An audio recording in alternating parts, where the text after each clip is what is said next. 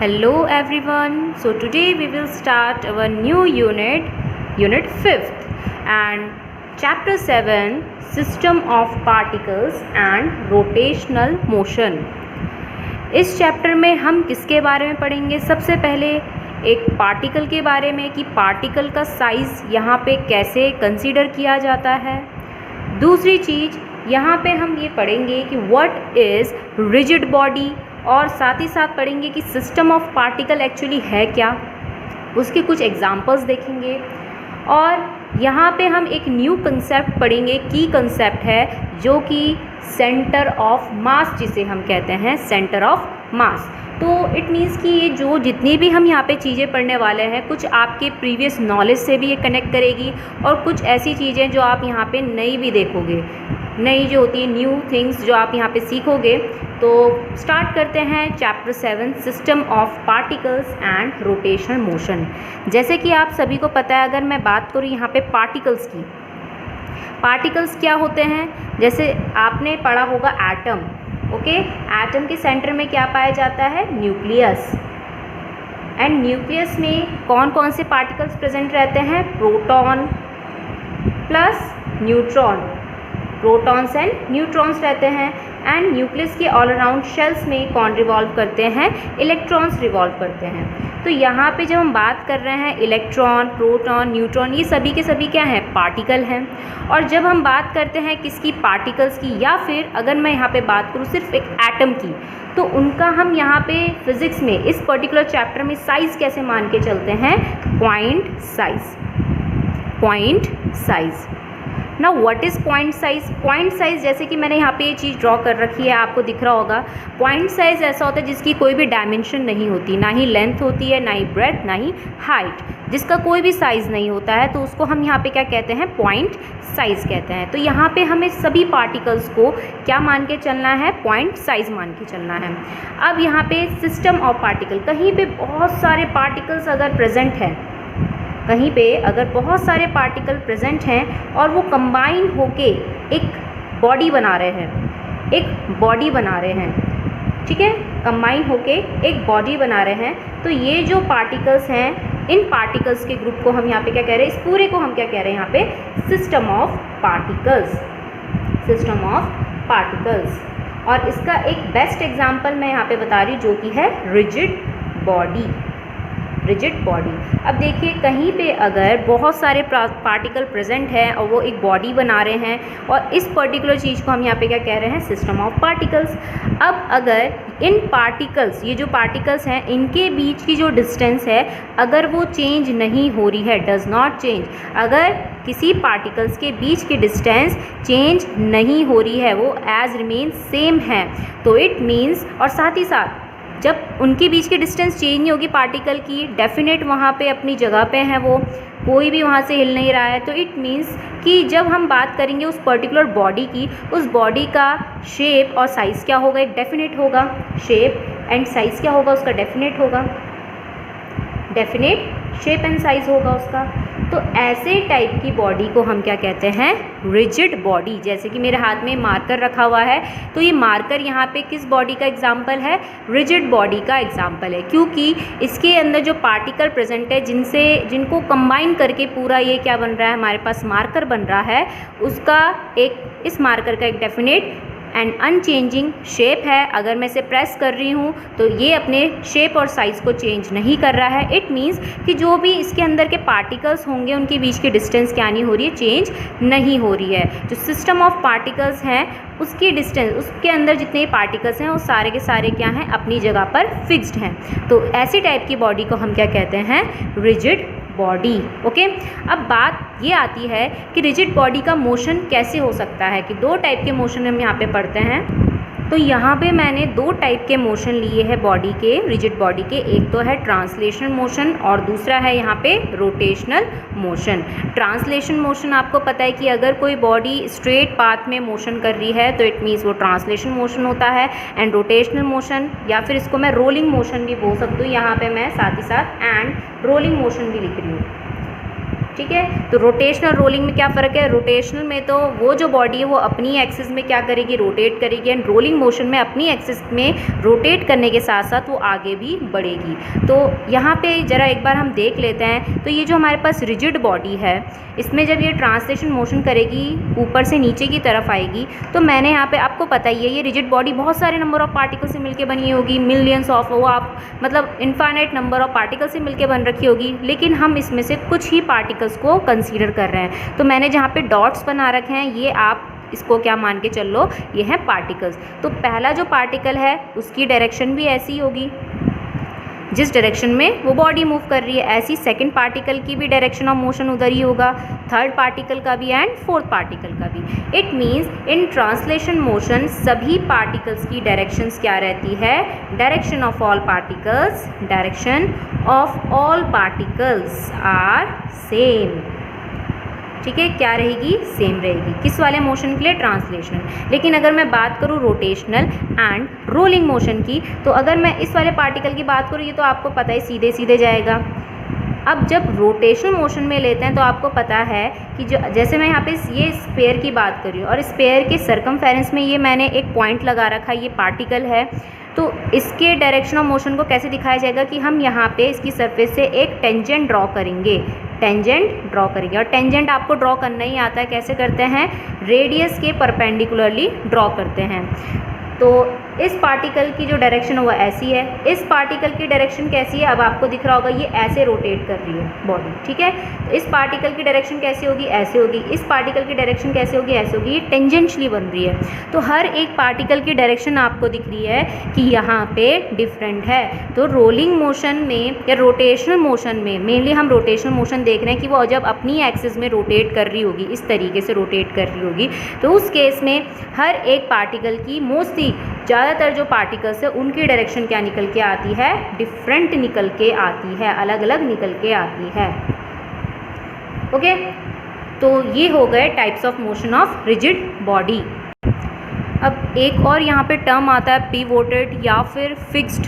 Pivoted भी बोल सकते हैं, फिक्स्ड भी बोल सकते हैं। इसका मीनिंग क्या है, अगर हम यहाँ पे मोशन देखें किसी भी रिजिड बॉडी का जो कि एक पर्टिकुलर पॉइंट पे फिक्स्ड होके रोटेट कर रही है, जैसे कि अगर मैं बात करूँ इस मार्कर की, ओके, अगर मैं इस मार्कर को एक पर्टिकुलर पॉइंट पे फिक्स्ड कर लूँ, समझ लीजिए ये इसकी एक्सिस है, जैसे मैं अपनी फिंगर से इसे ड्रॉ कर रही हूँ, तो ये समझ लीजिए इसकी एक्सिस है, ठीक है। तो इट मीन्स मैंने इस एक्सिस से इसको क्या कर दिया, फिक्स्ड कर दिया। अब मैं इसी एक्सिस के अराउंड इसको अगर रोटेट कराऊँ इस तरीके से, तो इट मीन्स यहाँ पे जो इसका रोटेशन है वो क्या है, फिक्स्ड पॉइंट पे हो रखा है। तो इसे कहते हैं रोटेशन या फिर motion of a body along a pivoted point और fixed point. Okay, it means कि ये जो बॉडी है वो उसी फिक्स्ड पॉइंट पे क्या करती रहेगी, रोटेट करती रहेगी। अब दूसरा मोशन इसका क्या हो सकता है कि जब इसका एक पिवोटेड पॉइंट ना हो, फिक्स्ड पॉइंट ना हो, मतलब इसका फिक्स पॉइंट क्या होता रहे, चेंज होता रहे। तो कैसा हो सकता है,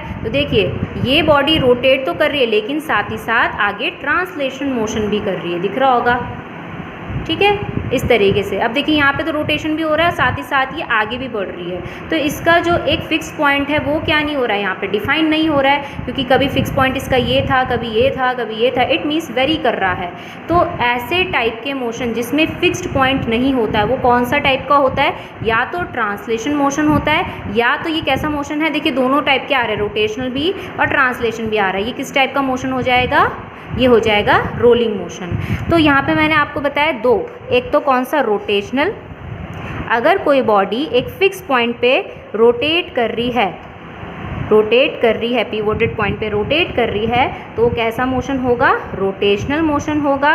और अगर वो बॉडी मोशन कर रही है लेकिन उसका पिवोटेड पॉइंट फिक्स नहीं है, नॉट पिवोटेड पॉइंट और फिक्स पॉइंट, कोई भी उसका फिक्स पॉइंट नहीं है, तो वो कौन से वाले मोशन के अंदर आएगा, वो आएगा या तो ट्रांसलेशन मोशन के अंदर, या फिर कौन से मोशन के अंदर आएगा, रोलिंग मोशन के अंदर। तो आपको दो चीज़ें याद रखनी हैं।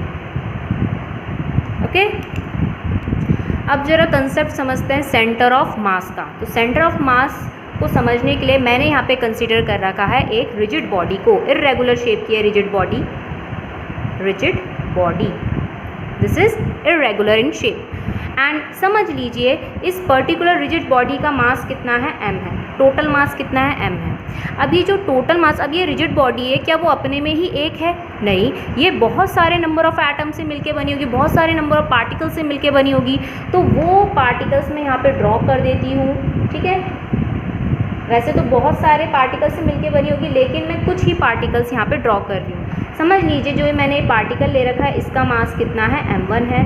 सेकंड वाले पार्टिकल का मास m2 है, m3 है। ऐसी इसमें पता नहीं कितने नंबर ऑफ पार्टिकल्स होंगे, कितने नंबर ऑफ पार्टिकल्स होंगे हमें नहीं पता, तो हम इसे क्या ले लेते हैं, mn ले लेते हैं। टोटल कितना, mn। तो टोटल नंबर ऑफ जितने पार्टिकल्स है वो मैंने कितने लेट कर लिए, n number of particles let कर लिए, और हर एक पार्टिकल का मास कितना होगा, mn होगा।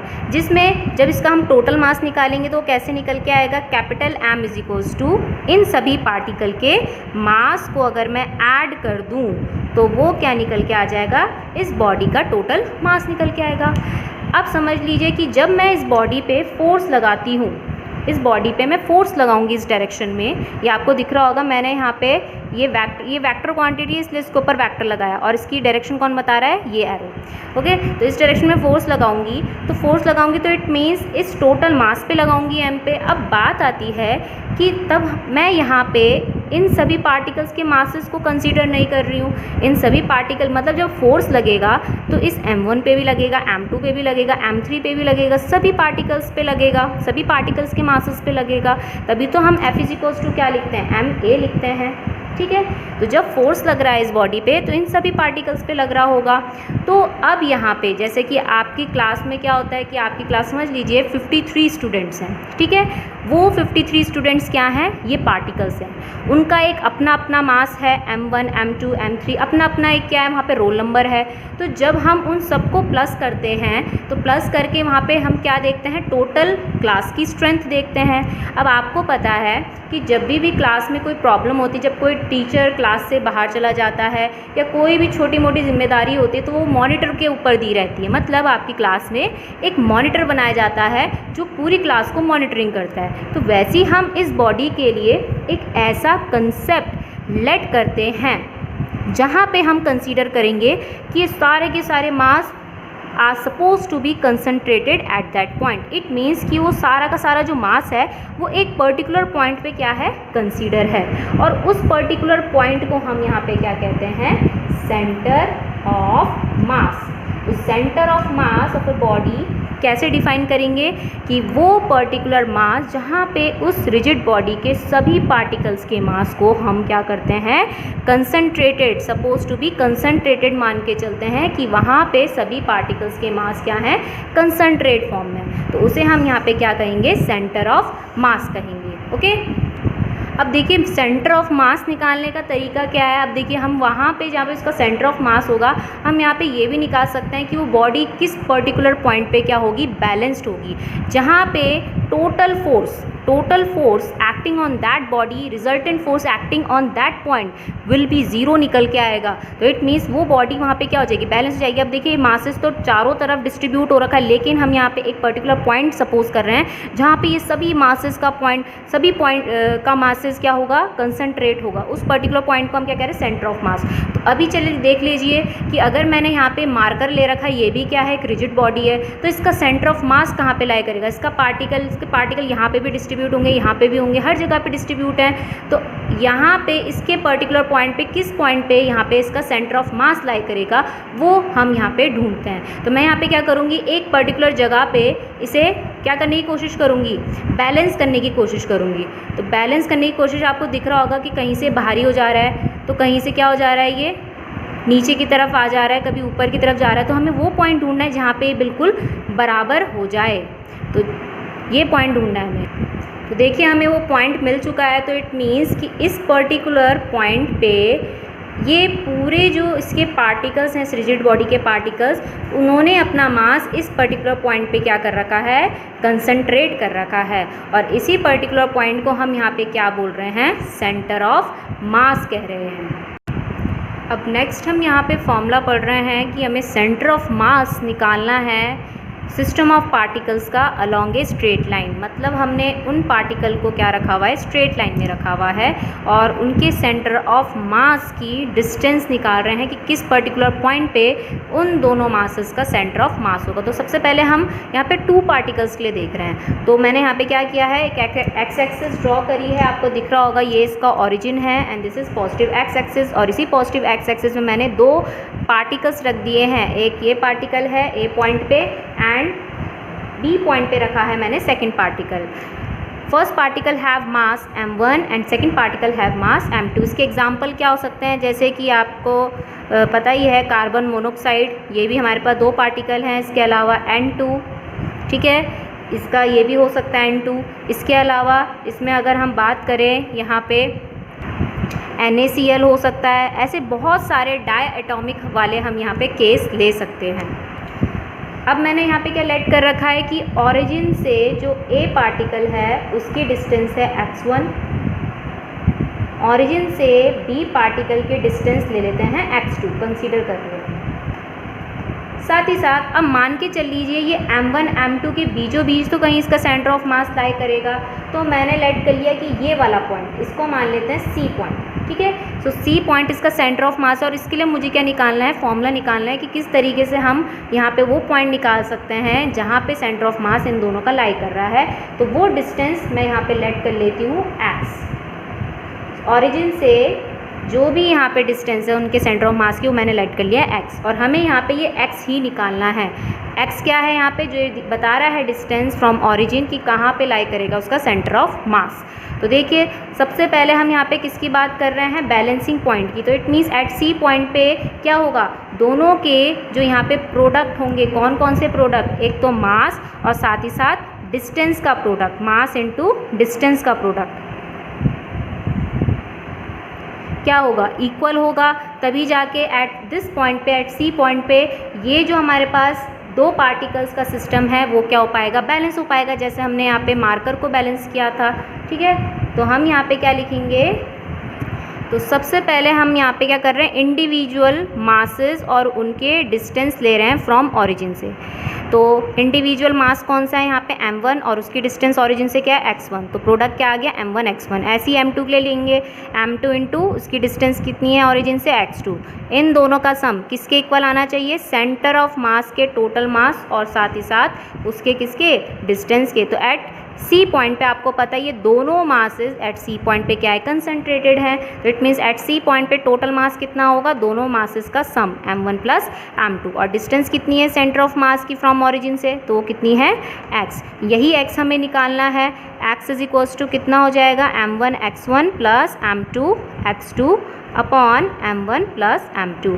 और इस फॉर्मूले से हम क्या निकाल सकते हैं कि ओरिजिन से उन 2 पार्टिकल्स के सिस्टम का जो भी वहाँ पे सेंटर ऑफ मास है वो कितनी डिस्टेंस पे प्रेजेंट है, ओके। अगर हम सिमिलरली y एक्सिस की बात करते तो y एक्सिस की जगह में यहाँ पे जहाँ पे x है वहाँ पे क्या आ जाता, y आ जाता, यहाँ पे y1, यहाँ पे y2, और उसके हिसाब से हम वहाँ पे y एक्सिस पे भी उनका सेंटर ऑफ मास का पॉइंट भी निकाल सकते थे कि कितनी डिस्टेंस से वो पर्टिकुलर जो सेंटर ऑफ मास है वो कितनी डिस्टेंस पे वहाँ पे प्रेजेंट है।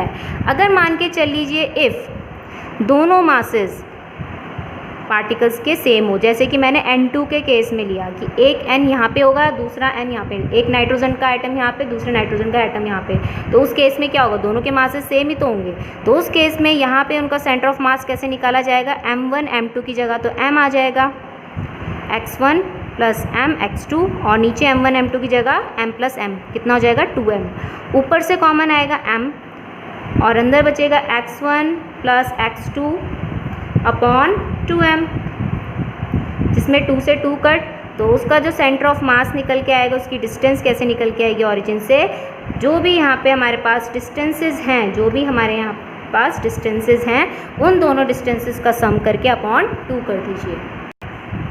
अगर हम यहाँ पे तो हमने 2 पार्टिकल ले रखे थे, लेकिन अगर हम यहाँ पे n नंबर ऑफ़ पार्टिकल्स ले तो क्या होगा, तो देखिए यहाँ पे हम कैसे लिखेंगे, जो भी डिस्टेंस है सेंटर ऑफ मास की फ्रॉम ओरिजिन से तो वो कैसे आएगी, देखिए m1 x1 तो रहेगा ही, m2 x2 तो रहेगा ही, ऐसी m3 x3 भी रहेगा, और ये कहाँ तक प्लस होता रहेगा, पूरा n नंबर ऑफ पार्टिकल के मास और उनके डिस्टेंस फ्रॉम ओरिजिन तक प्लस mn xn, ये n मल्टीप्लिकेशन में नहीं है, दोनों के सफिक्स में है, आपको दिखाई दे रहा होगा, ठीक है, सफिक्स में है।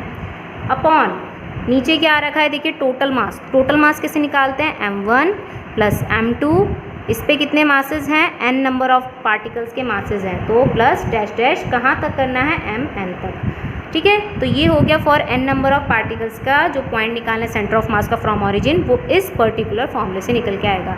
इसको और अच्छे से कैसे लिख सकते हैं, आपने समेशन पढ़ा होगा 10th क्लास में, जिसमें हम सिग्मा करके लगाते हैं, तो इसको हम ऐसे भी लिख सकते हैं, देखिए ऊपर क्या आ रहा है, m और x आ रहा है, ठीक है, वेरिएबल क्या है, m और x है। साथ ही साथ आपको दिख रहा है चेंज किस में आ रहा है, बस यहाँ पे 1 है, यहाँ पे 2 है, यहाँ पे 3 है, अप टू कहाँ तक प्लस हो रहा है, n तक। तो हम यहाँ पे क्या लगाएंगे, समेशन लगाएंगे, जिसमें यहाँ पे i लगा देते हैं, ओके, i लगा देते हैं, i और यहाँ पे भी i, ये दोनों सेम क्यों है, क्योंकि हर एक एडिशन पे आपको दिख रहा होगा ये भी 1 है, ये भी 1 है, यहाँ पे दोनों के सफिक्स सेम है, यहाँ पे भी सफिक्स सेम है, यहाँ पे भी सफिक्स सेम है। तो यहाँ पे मैंने mi xi लिखा हुआ है। समेशन मतलब ये प्लस होता रहेगा, जिसमें i की वैल्यू 1 से लेकर कहाँ तक लाई कर रही है, n तक, तो 1 से लेकर कहाँ तक लाई कर रही है, n तक। अब अपॉन में भी ऐसे लिखेंगे, अपॉन में क्या है, m है, तो mi लिख देंगे, इसमें भी सिग्मा लगाएंगे, सिग्मा मतलब एडिशन करना है, जिसमें i की वैल्यू 1 से लेकर कहाँ तक है, n तक है। तो इसको आप इस तरीके से भी लिख सकते हैं। अब समझ लीजिए, अगर मैं यहाँ पे बात कर रही हूँ सेंटर ऑफ मास का फॉर्मूला निकालना है किसके लिए, in terms of position vectors के, in terms of position vectors. Position vectors आपको पता है वो वेक्टर्स जो किससे ड्रॉ होते हैं, ओरिजिन से, और वो उस पार्टिकल की पोजीशन को बताते हैं। तो मैंने यहाँ पे एक्स वाई जेड प्लेन ले रखा है, पोजीशन वेक्टर्स की बात करी है, तो समझ लीजिए ओरिजिन से जो ए पार्टिकल, जो यहाँ पे ए पार्टिकल है और ये बी पार्टिकल, ए पार्टिकल की पोजीशन बता रहा है कौन, यहाँ पे r1, r से इंडिकेट कराते हैं पोजीशन वेक्टर्स को। ऐसे ही इसमें हमने क्या कर रखा है, दूसरे पार्टिकल का पोजीशन वेक्टर r2 लेट कर रखा है। ऊपर क्या लगा देते हैं, यहाँ पे वेक्टर लगाओ ना लगाओ एक ही बात है, ठीक है, आपको दिखाई दे रहा है पोजीशन वेक्टर है। साथ ही साथ हम यहाँ पे क्या करें, इन दोनों के बीच की सेपरेशन लाइन जोड़ रहे हैं और इसका सेंटर ऑफ मास इस पर्टिकुलर पॉइंट पे लेट करें, जो कि है C, और C पॉइंट से जो भी इसका पोजीशन वेक्टर वो मैंने लेट कर लिया है R। अब हमें ये R की वैल्यू निकालनी, तो सेम फॉर्मूला आपको पता ही है कैसे निकल के आएगा, R इज इक्वल्स टू कितने मासेस है, 2 हैं, m1, और डिस्टेंस कितनी है ओरिजिन से, r1, ऐसी सेकंड वाला m2 r2, अपॉन कितना, दोनों मासेस का सम m1 प्लस m2। अगर यहाँ पे ये तो 2 पार्टिकल्स की बात थी, 2 पार्टिकल्स की बात थी, 2 पार्टिकल्स के सेंटर ऑफ मास की बात थी। अगर मैं यहीं पे आपसे पूछूं for n number of particles के लिए, for n number of particles के लिए क्या होगा, आपको अभी बताया था, जो x वाला फॉर्मूला लिखाया था, तो r is equals to m1 r1 plus m2 r2 plus dash dash plus mn rn upon सभी मासेस का सम, अप टू कहाँ तक प्लस करा देंगे, प्लस mn तक। और इसको हम ऐसे भी लिख सकते हैं, सिग्मा mi ri, जिसमें i की वैल्यू 1 से लेकर n तक लाई कर रही है, और नीचे भी mi आएगा, और इसमें भी sigma i is equals to 1 से लेकर n तक, ओके, इस तरीके से। तो इससे हम सारे डायमेंशन के फॉर्मूले निकाल सकते हैं कि अगर आपको y एक्सिस के अलोंग निकालना हो, क्योंकि देखिए 3 डायमेंशन है, तो 3 डायमेंशन में x एक्सिस, y एक्सिस और z एक्सिस, तीनों एक्सिस के अलोंग हम यहाँ पे क्या निकाल सकते हैं, सेंटर ऑफ मास की डिस्टेंस निकाल सकते हैं फ्रॉम ओरिजिन से। तो अगर x एक्सिस होगा तो r के बदले x रख देना, अगर y एक्सिस होगा तो r के बदले y रख देना, अगर z एक्सिस के अलोंग निकालना है तो हम यहाँ पे r के बदले z प्लेस कर देंगे, बाकी सब एज इट इज़ रहेगा। जिसमें आपको पता है यहाँ पे r क्या रहेगा, r यहाँ पे क्या है, this is the position vector, position vector of centre of मास, ये मैंने शॉर्ट में लिखा है, सेंटर ऑफ मास।